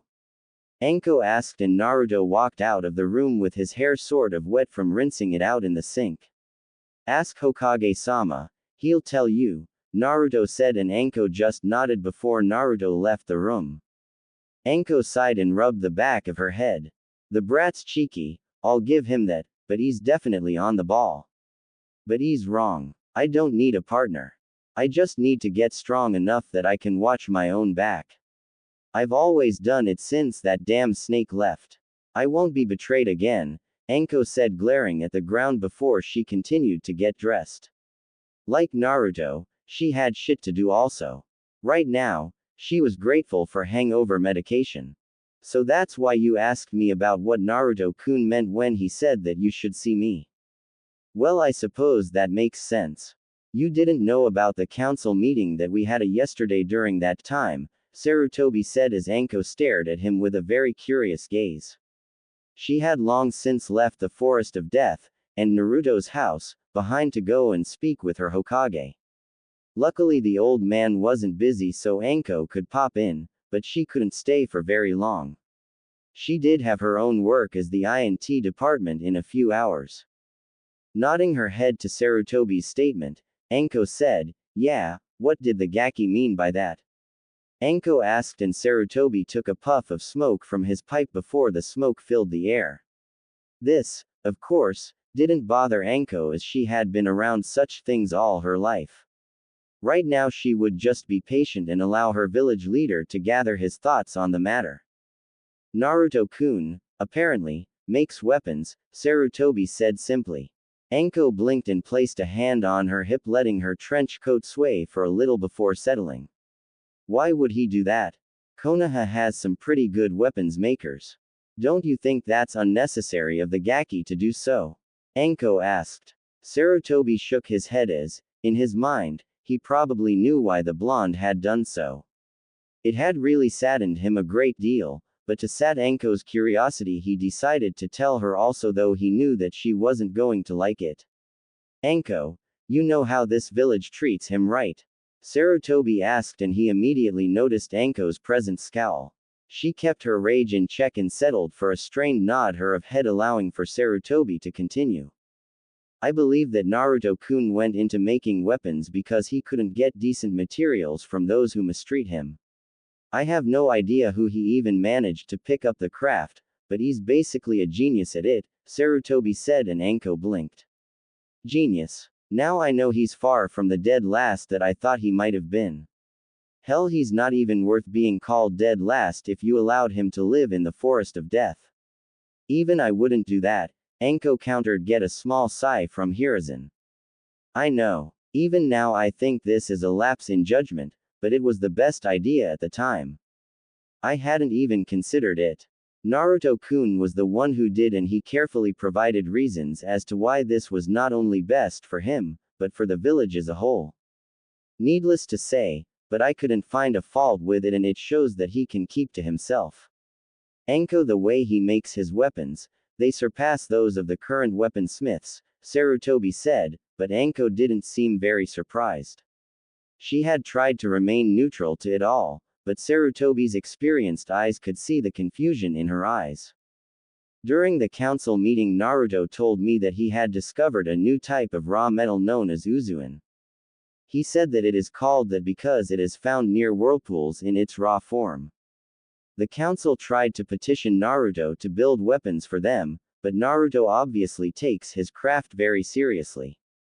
He told them the prices and this got less than happy results. However high the cost is, I can't deny that people will get their money's worth out of the weapon. From the Fuma shuriken that I had seen, it was more durable, more deadly, and capable than any shuriken that our weaponsmiths could make, Sarutobi said and Anko nodded. But that would put him with Exodus metals, wouldn't it? Anko asked and Sarutobi shook his head. I wouldn't go that far. Naruto-kun says that he hasn't been doing it that long to be able to even begin to try and duplicate their work, but I'm sure that if Exodus metals ever took a glance at Naruto's work, they would hire him on the spot, but I can't allow it. He's a shinobi now and his first priority is the safety of the village. Hiruzen finished crossing his fingers into each other and he narrowed his eyes when he heard Anko's huff. Yeah, protect the village that is the cause of your pain and suffering.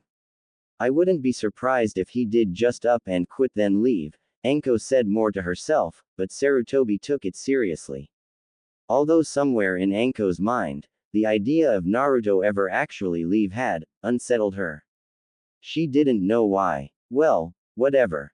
Thank you, Hokage-sama. Sorry for disturbing you, Anko said, and while Hiruzen wanted to talk some more, he didn't push any more issues and just allowed Anko to leave.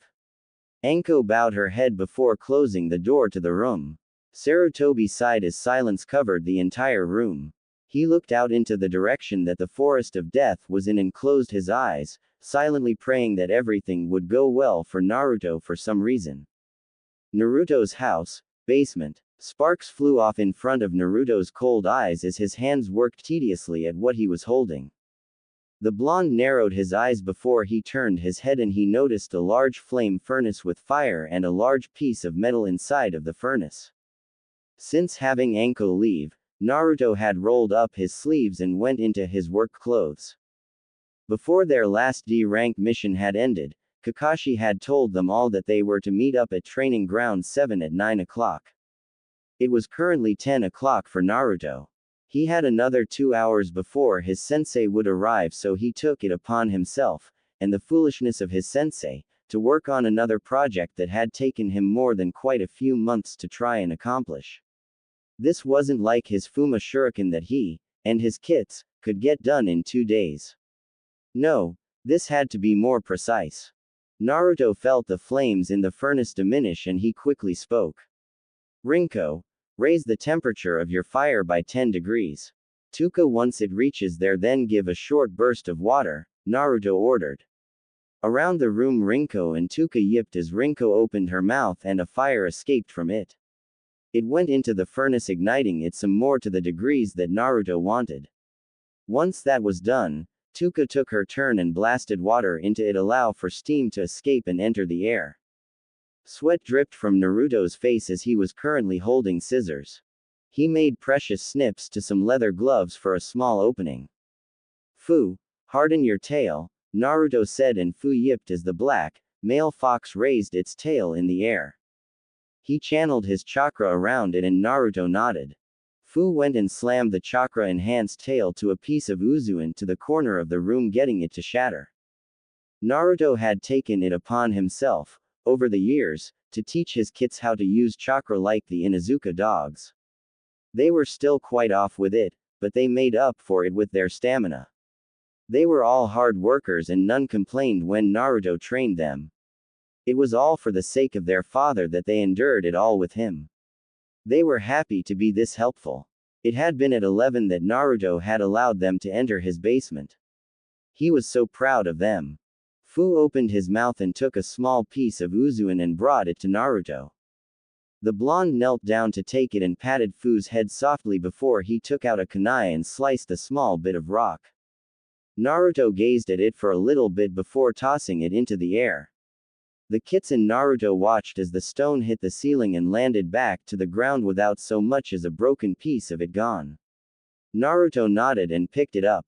Good, nice and sturdy in this raw form, Naruto mumbled and he opened a book of sealing that was next to him. His eyes trailed along an advanced formula and he went back to work. After nearly an hour of tedious work, Naruto finally clipped a piece of string to the leather gloves and closed up the opening. He sat back and shook his head lightly.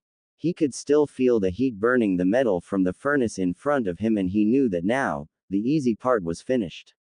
Naruto turned his head and looked at the clock to notice that Kakashi would be with his team in about another half an hour. Just in time for him to arrive, Naruto said getting up. His kits turned to him and Naruto opened the door. Come on you three. You know the drill. That metal now has to sit in the fire for 7 hours and then we take it out. For now we'll just leave a Kaden Bunshin to monitor it in our absence, Naruto said as he summoned a clone. His kits nodded and ran up the stairs from the basement to the hallway and then from the hallway to the upstairs to go and take a shower. Watch the metal carefully. We're nearing the finishing stages of the project, Naruto said and the clone dutifully bowed before closing the door. Naruto quickly took a short shower, washed his face, brushed his teeth. Again, threw off his work clothes and placed on his regular training clothes then his headband. He sighed to himself before shaking his head as Tuka, Rinko and Fu had finished drying their fur and took their places on his body. Naruto grabbed his scrolls, kunai and shuriken sets, and lastly his ID license. Couldn't forget that shit. Naruto opened the door, heard the sounds of various animals across the forest and ran off to meet with his team. Fools they might be, but he wasn't going to be the foolish one and arrive later than their sensei. That would just be disgraceful. Training Ground 7. Sakura and Sasuke growled before the former yawned tiredly.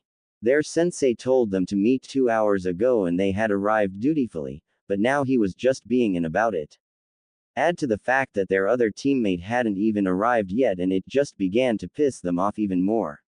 However, both were surprised as they saw Naruto land on the ground in front of him reading his orange book.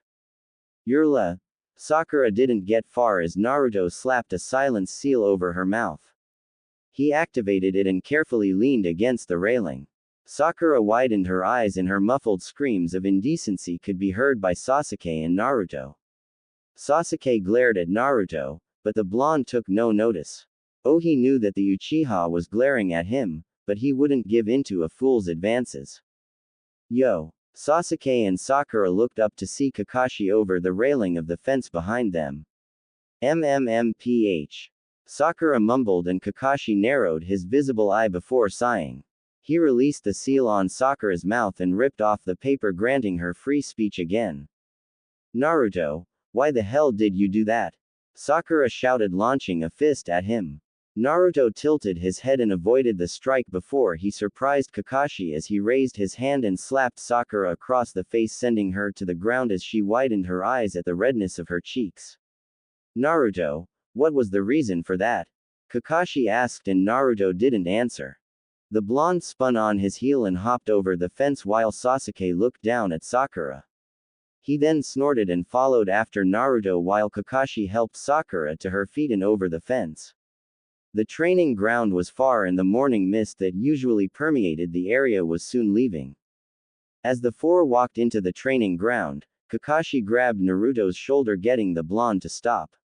Naruto, I know that if Sakura had hit you then she would have been in the wrong, but that doesn't excuse you for assaulting her the way you did, Kakashi said, and Naruto closed his eyes.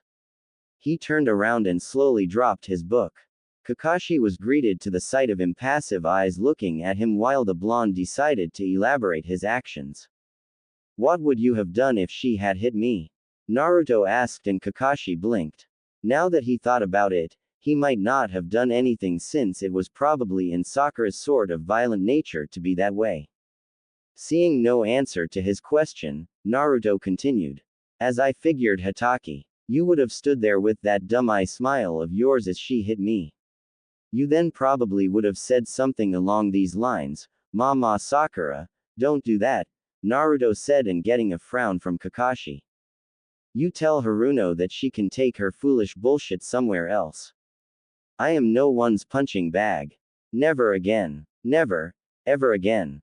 If you throw a punch then you had better expect retaliation. She's just lucky that I didn't bust that mouth of hers in the process. Now then, why don't you bring us together and train us like you're supposed to? Naruto said, and Kakashi just stared at Naruto. He was contemplating how to deal with such things said to him, and Kakashi knew that he could take this before the Hokage, but as a Jonin sensei, he couldn't leave all matters to his Hokage on account of his genin. This was supposed to be his job. Naruto, whether or not I did something, there is a time and place for everything. I will overlook it this time because Sakura went at you first and you were right, but this happens again then I will take action, Kakashi said, and Naruto glanced towards him. Better watch that tone, Hatake. When I make promises, deals or threats, I will follow through with them. No matter what, Naruto said as he turned back around. Kakashi didn't show any signs that Naruto's words had affected him in the slightest, but they indeed had, and, in a small part of his mind, Kakashi felt that Naruto would be more than happy to make that threat promise a reality. Sighing to himself, Kakashi brought his genin together and instructed them that they would be doing several other D-rank missions and to end the day they would be doing teamwork exercises. This got a groan from Sasuke and Sakura, but nothing from Naruto. Walking dogs, grocery shopping, returning library books, babysitting the orphans at the orphanage, racking leaves, cleaning a restaurant, and one more painting of a fence. All these D-rank missions Team 7 had accomplished and their pay was in the midst of being transferred to their accounts. Naruto, of course, didn't need this money for any purpose. If anything, he just stored it in his house's vault and let it accumulate. Maybe it would have some purpose in the future. For an orphan, then foster child, then loner like Naruto, he knew to appreciate what he had been given, unlike Sakura, who took it for granted. During all the D-rank missions, Naruto continued to read his orange book, and he was just getting to the ending. He would never allow himself to giggle perversely, like his sensei had always done, so he only gave a smirk when something good happened. His eyebrows would rise to show astonishment and surprise to something he hadn't seen coming. Seeing such a perverted book, Sakura had growled and glared daggers at the blonde on numerous occasions to try and get him to stop reading such smut, but she didn't voice that opinion. No, Sakura had, for once, kept her mouth shut. She didn't feel like getting hit again, realizing just how much harder Naruto's slaps were in comparison to her punches. Sakura had hoped that Sasuke would come to her defense since she liked him, but Sasuke had continued to ignore her and her pleas since they were beneath him. Arriving back to the training ground at around 3 o'clock, Kakashi closed his book and smiled. Well then, now I guess I'll be teaching you something, won't I? Kakashi asked, and Sasuke grinned while Sakura nodded. Naruto didn't care as he closed his book as well. Everyone waited for their sensei to begin as Kakashi rubbed the back of his head and tried to think of something. Naruto narrowed his eyes and gave a light snort. So he was foolish enough to not even know what to train us in. Pathetic Hatake, Naruto thought before Kakashi gave an eye smile and clapped his hand. Oh yeah, alright then. You're all about to glare me into a hole, so I will ask this. What is chakra? Kakashi asked, and Naruto resisted the urge to just find Kyuubi, rip the seal off, and just hope that the demon fox would devour his sensei for stupidity. It's the ability for those of us as Genin, Chunin, Jonin, Anbu, and even Hokage-sama, to perform jutsu, Sakura said wisely, getting a nod from Kakashi. And what else? Kakashi asked, getting looks of confusion from Sakura and Sasuke. Naruto closed his book loudly, getting everyone's attention. It is basically the lifeblood of shinobi. It is acquired through rigorous training for us to use past just perform jutsu. It allows us to heighten our senses, abilities, and movements. It's the combination of physical and spiritual energy to be melded together in the stomach, or lower abdomen, Naruto said, getting a smile from Kakashi. Very good, Naruto. That's exactly what it is, Kakashi said. Sasuke snorted as he didn't answer anything, and Sakura fumed at being shown up by a presumed dead last of the academy. She knew his grades. How the hell was he smarter than her? It was so stupid. He was making himself seem smart so she would like him instead of Sasuke. Well, it wouldn't work. Not at all. I suppose I want you all to get started on some chakra control exercises. I wanted to teach a bit of teamwork, but a shinobi is more than a team. He needs individual skills. Otherwise, how can you find a good partner? Kakashi asked, and Sakura blushed as she imagined herself and her crush kissing, then becoming partners. Sasuke would use her talents for his goals, and she would be much closer to him in return. For Naruto, this was nothing new, as the Sandaime had spoken with him about it. So what are we going to do? Who cares about control as long as you perform the jutsu? Sasuke asked, and Kakashi shook his head. No. You must master the basics first, and the first basic here is, Kakashi stopped midway and approached a tree. He carefully walked up it, getting surprise from Sakura and Sasuke, but only annoyance from Naruto. He hung upside down from a branch and smiled. This is tree climbing. You must focus a fixed amount of chakra to your feet and use that to climb a tree without using your hands. If the flow of chakra is too weak, then you will lose your footing on the tree and fall off. If it's too strong, then you will be pushed away from the tree, causing the tree to break around the point of contact, and you will fall. If you can master this technique, then you can master any jutsu, Kakashi said, getting a glare from Sasuke, a smile from Sakura, and a roll of the eyes from Naruto. Use your kunai to mark your progress and continue from there. If you can get that, then we can move on to the next exercise, Kakashi said with an eye smile. He hopped down and gave a kunai to Sasuke and Sakura, which they took. He then handed one to Naruto and the blonde glared at the medal. Time seemed to stop as he looked at it before he looked up at Kakashi, who still had his eye smile. Naruto closed his eyes, sighed, and took the kunai from Kakashi as he nodded. "You can start," he said as Sakura and Sasuke ran for the tree.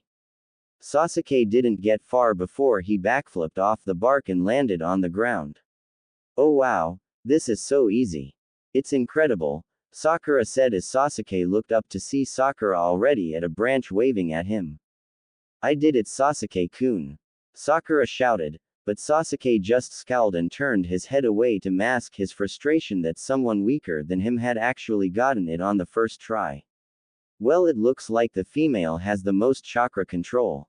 Nice work, Sakura," Kakashi said, and Sakura nodded. "That's only because of the fool's pathetic reserves. Hatake, you should be admonishing her, not praising her. Only when she can get this far should she be boasting about anything." Everyone looked up and Kakashi sighed while Sasuke narrowed his eyes.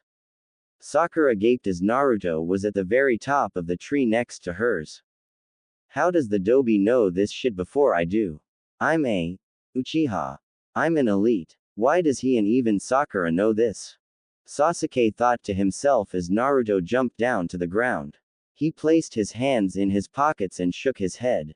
"It's shit like this that you should teach in the academy. It's also why these little tests of yours have a 66% failure rating," Naruto said, and Kakashi couldn't deny that. The academy was a lot more lax than in the times of war. It was a lot harder, a lot crueler, and a lot stronger. If you couldn't balance kunai on your fingertips for an exercise, then you weren't graduating. Sakura frowned as her accomplishment was diminished to a worthless effort before Naruto opened his jacket. However, since she has so little reserves, then she's the one who can improve the most. Females naturally have better chakra control than males, Naruto said, and Sakura's attitude raised again at Naruto, saying that she could improve. For Naruto, he knew what it was like to be brought down by words, and if he did the same for Sakura, then he, himself, was a fool as well. Those who berate without giving a chance to acknowledge efforts were fools as well.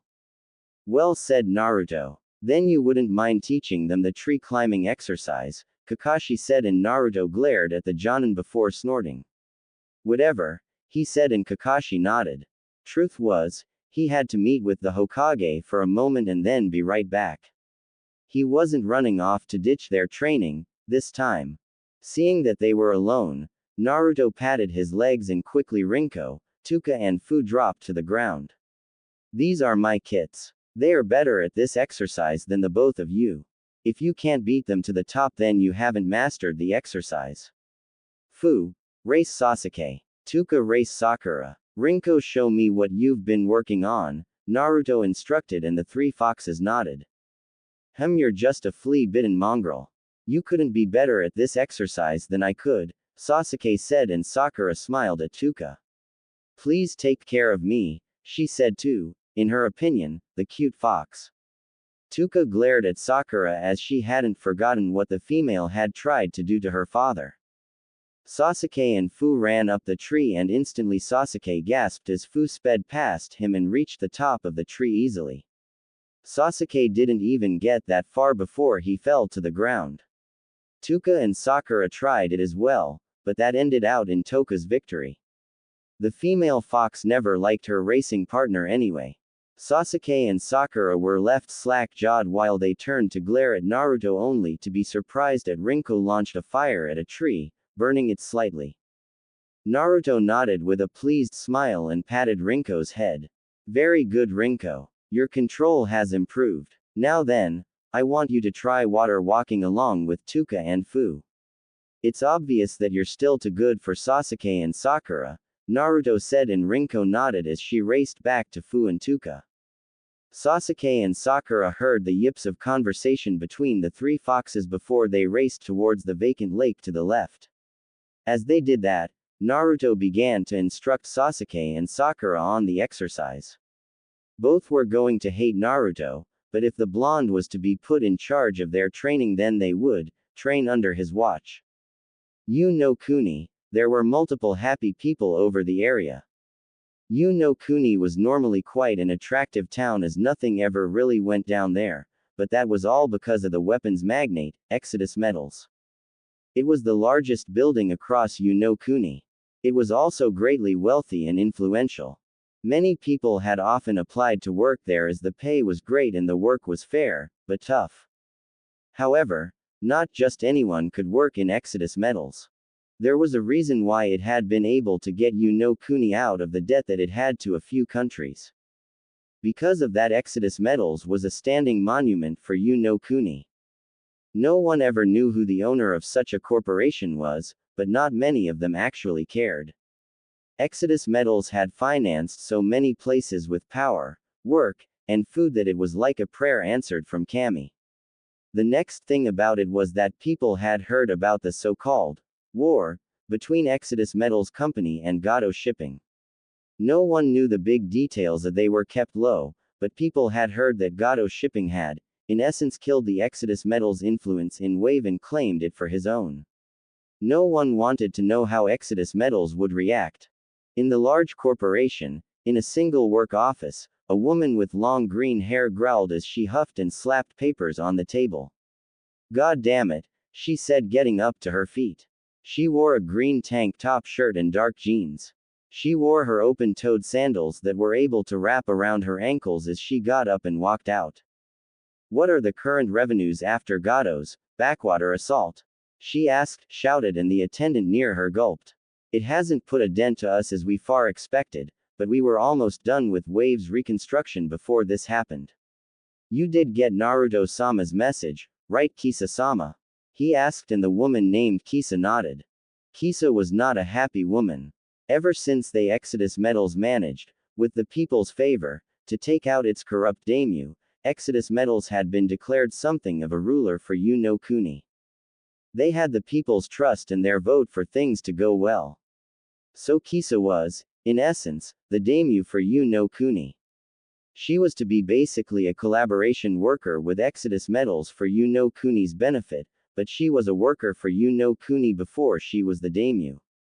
This place had saved her life and she wouldn't allow someone as sleazy as Gato to try and undermine it. Yes, he gave us his message. We had tried to deal with it when they had first instigated us, but that went south fast. Sometimes I wonder what goes on through his head, Kisa said as she leaned against the railing. She could see various blacksmiths and weaponsmiths working to construct weapons as they wanted within the parameters of Exodus Metals conditions. It was a business after all. They would generally received over 15 applicants a day of people who were hoping to join. Naruto had left the company to her as its figurehead for the most part. Kisa and Naruto had quite a long partnership. One that she wouldn't dare to talk about it. It was embarrassing for her. But Kisa-sama, if I might ask, why is it so urgent that Uzumaki-sama needs to hide his identity from the masses of the world, and even then that he's so impassive about what Gato did to Wave? Shouldn't he be like super pissed? The attendant asked, and Kisa chuckled to herself. I won't fault you for thinking that, but the brat doesn't get pissed. If he's pissed, then you'd better back off. I think he's seeming impassive about it because he plans to go there himself to deal with Gato. There are little things that will ever make him mad, but he cares so much more about his workers than anyone I've seen. To lose such people, who had followed him no less, is in grave sin in his eyes, Kisa said, getting the attendant to gulp. To the other question, it's not really Wave that he's after. He's helping it to be financially stable, but our influence has greatly diminished due to Gato. It's two things that he's after. One is Gato's company. Kisa stopped and took pleasure in the attendant's widened eyes before continuing. The second is the place north of Wave, Kisa said with a sadistic grin on her face that made the attendant shiver. 3 weeks later. Target in sight. It appears to have settled down, Sasuke spoke into his mic. I see it as well. Ready to move on your signal, Naruto spoke as well. I have it as well.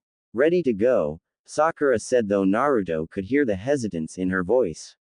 Kakashi sighed and placed his fingers to his mic. Confirm, red ribbon, Kakashi said, and Naruto carefully held up a small mirror. He looked at the reflection of the target and did indeed see the red ribbon on its ear.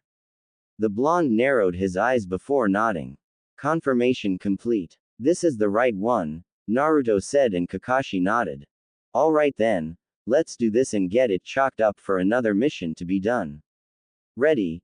Go. Kakashi shouted as Sasuke and Sakura lunged for the target. Both scrambled for a cat as it scratched Sakura's face. Sakura yelped and threw the cat into the air before it landed into Naruto's arms. The blonde shook his head and gently scratched the cat's ears, getting it to purr and fall into his arms in bliss. Tora, the Hellcat, has been subdued. Missions complete, Naruto said in a monotone voice, showing that he had no interest in this.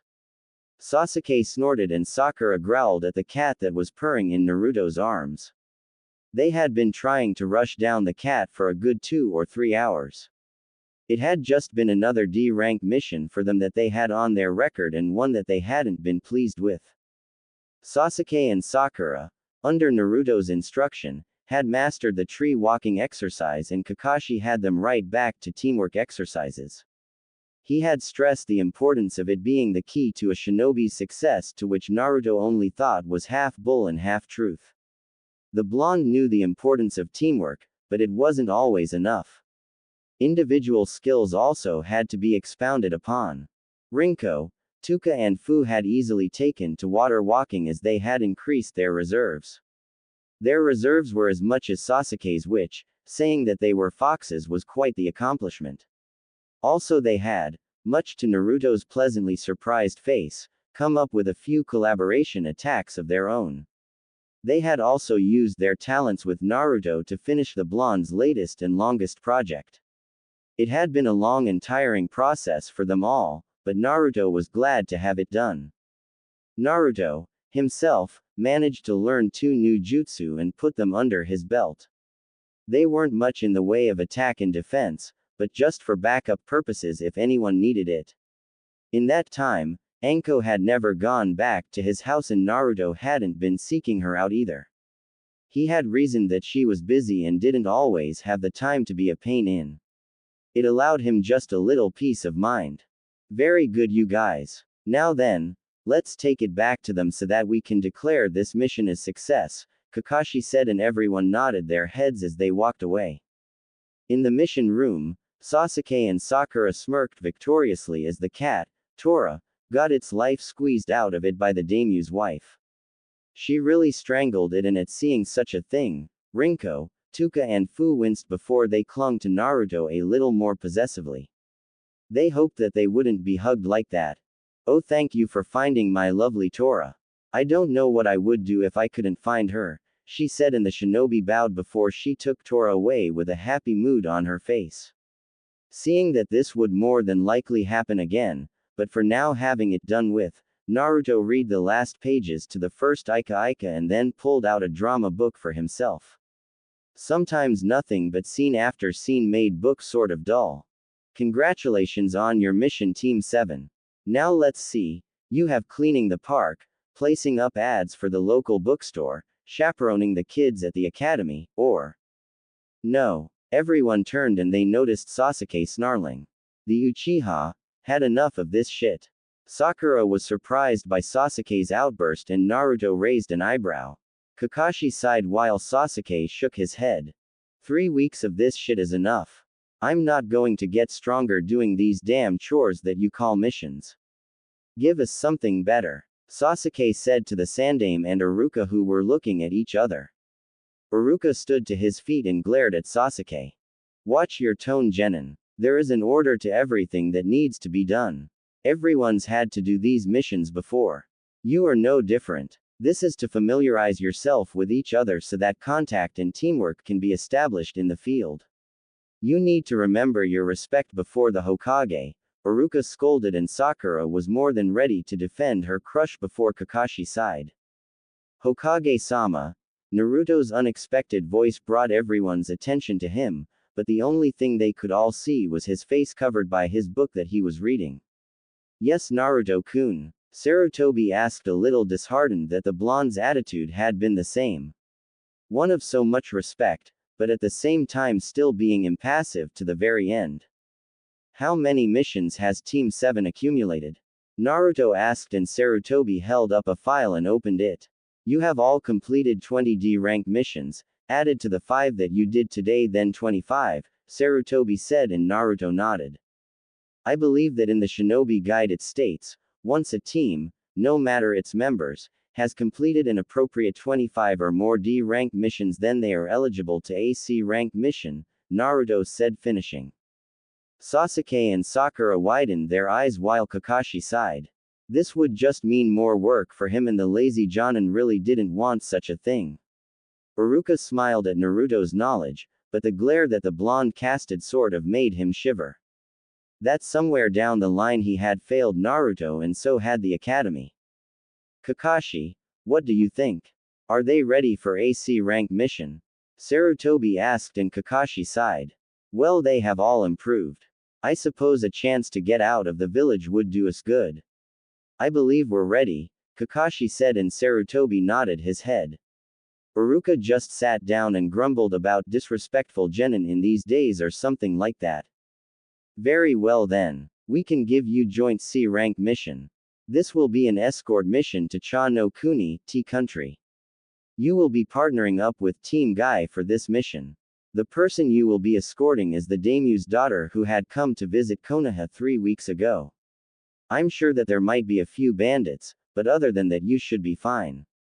You are to meet up at the gates in 3 hours, Sarutobi said, and everyone nodded while Kakashi's sweat dropped. Oh dear Kami. Why that team? Kakashi thought to himself before Team 7 left the room. Everyone was confused by their sensei's expression, which was very grave.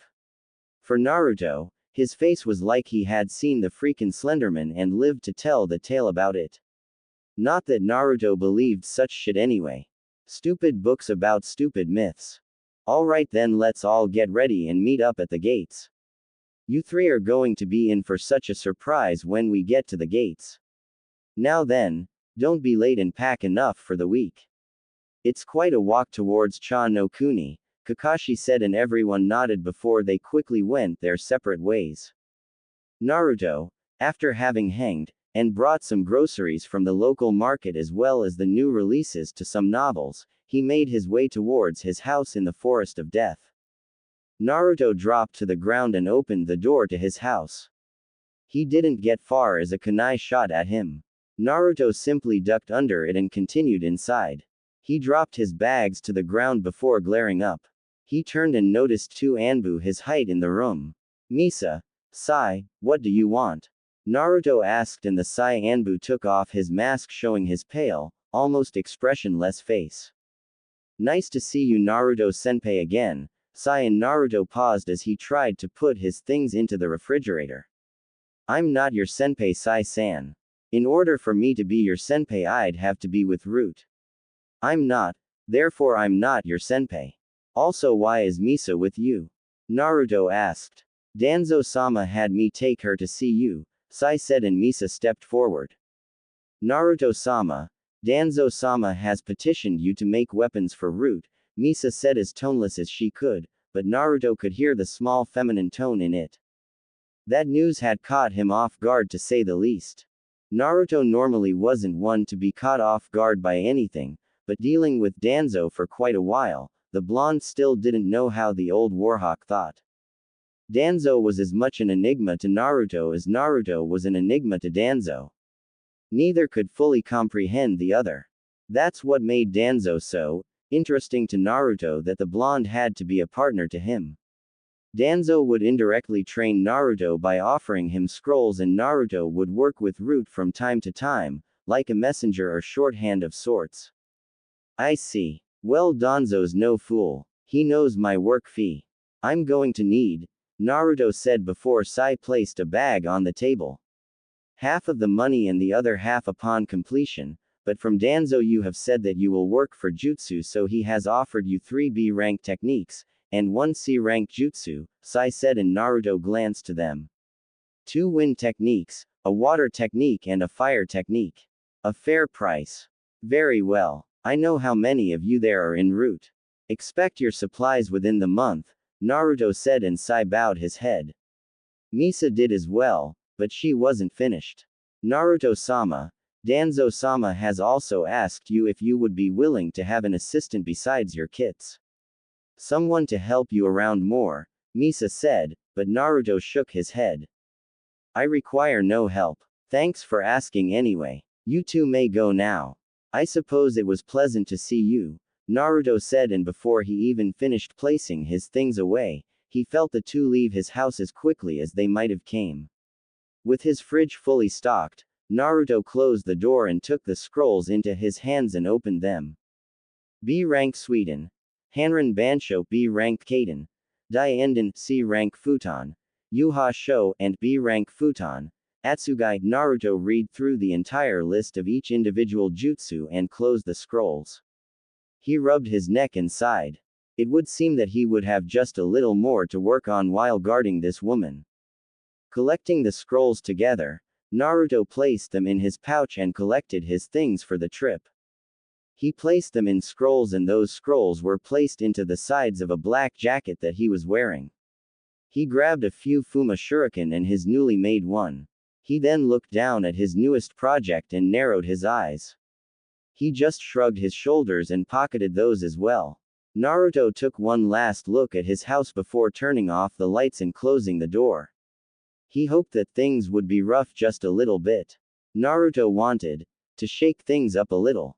Naruto arrived at the gates a few minutes from the 3 hours that they were supposed to arrive. As he dropped to the ground, he noticed 3 others along with his teammates. A male Hyuga, a female with bun hair, and a bowl-cut boy in a green jumpsuit. Naruto raised an eyebrow before he snorted and shook his head. Oh, it's Naruto Baka, Sakura said, getting the girl and her teammates to turn to the side. Naruto walked up to them and leaned against the large open gates and continued to read his book. Asu. How do you do? I'm Konoha's green beast. I'm Rock Lee, the boy known as Lee said. Quote. Lee blinked before he turned to his 2 teammates. The Hyuga and the girl shrugged their shoulders while Lee smiled. Those are my teammates Tenten and Neji. This is your first C-rank mission, right? Awesome. We'll get it done and our flames of youth will shine brightly for our village, Lee said with his tears falling. Sorry. What did you say? Naruto asked, coming to his senses. His kits whimpered at the sight of the energetic young man in front of them. Those clothes, that hair, those eyebrows. Naruto could feel Fu shuddering against his body and shook his head. He only then noticed that Lee seemed to be gawking at him. Damn you and your hip attitude. I see that you are to be my destined rival, since Gai-sensei and Kakashi-san are rivals. I will not lose to you. And if I do, then I will run around Konoha 500 times on my hands, and if I can't do that, Lee went on about his attempts, and each time Naruto gripped his book a little tighter. This guy is as worse as Haruno, Naruto thought before he noticed Lee was bonked across the head. Lee, that's enough out of you. Stop bothering him. Sorry about that. Lee's a little eccentric is all. Can I get your name? Tenten asked. Without lowering his book, Naruto answered. Uzumaki Naruto, Tenten-san. It's Team 7's first C rank, so I guess good luck to you, Naruto said, and he noticed that he didn't get a response. Silence became apparent and the blonde lowered his book to allow himself to see Tenten staring at him. Why, you're Uzumaki Naruto? Tenten asked, and Naruto narrowed his eyes. Great. Another foolish person in this village. It will never end, I guess. It's to be expected since these fools fails to see the true powers of Fuinjutsu. That's right, I am, Naruto said, getting on his guard in case of anything. However, he wasn't prepared as Tenten dropped to her knees and bowed to the ground. Naruto blinked while Neji, Sasuke, Lee and Sakura seemed confused. Why, you're my idol. Please, can I see the weapon? The one that was used against Kakashi-san. It's the talk of the village that you design weapons of a weird design. Please, can I see it? Tenten begged, and Naruto rolled his eyes. The Dobi makes weapons. Sasuke wondered while Sakura seemed to wonder just what the hell was wrong with the girl in front of her. She should be bowing to Sasuke, not to the idiot. Neji's face scrunched up into a glare, and since he was a Hyuga, his pupil-less eyes made it all the more intimidating or so. Why should I? Naruto asked, folding his arms. Tenten looked up in surprise before she grabbed Naruto's hands. Anyone who makes weapons must pass on their work to their followers. Just a peek? Tenten asked, and Naruto just stared at the girl before he reached into his pouch and tossed out the Fuma Shuriken. He handed it to Tenten and she gleefully watched it gleam in the sunlight. She managed to click a button and widened her eyes as the 4 swirl blades to the shuriken popped out. Sakura gasped and Sasuke snorted, but truth was that he was impressed with its design as well. Back during the Kakashi fight, Sasuke couldn't get a good look at it, but now it was amazing. If he could master that weapon, then he could get rid of Itachi easily. Sugoi. This is incredible, Naruto-san. I can't see a flaw anywhere. It's even beyond what my dad can create. You could get a job with Exodus Metals. I plan to work there myself. Wouldn't it be cool if we both worked there? Tenten asked, trying to get an excited response from Naruto, but the blonde just seemed disinterested about it all. Whatever, Naruto said, folding his arms. Tenten shrugged her shoulders before gazing back up at the weapon. Her dad had signed up their weapons shop with Exodus Metals and they would receive and deliver materials between each other. Tenten didn't know the reasons why the other 5 small family business had joined, but they couldn't be bad reasons. Well, all our youthful companions have arrived. That is the feeling of youth. We will tackle this with the best of our ability. Our passionate flames will not die down from this adventure.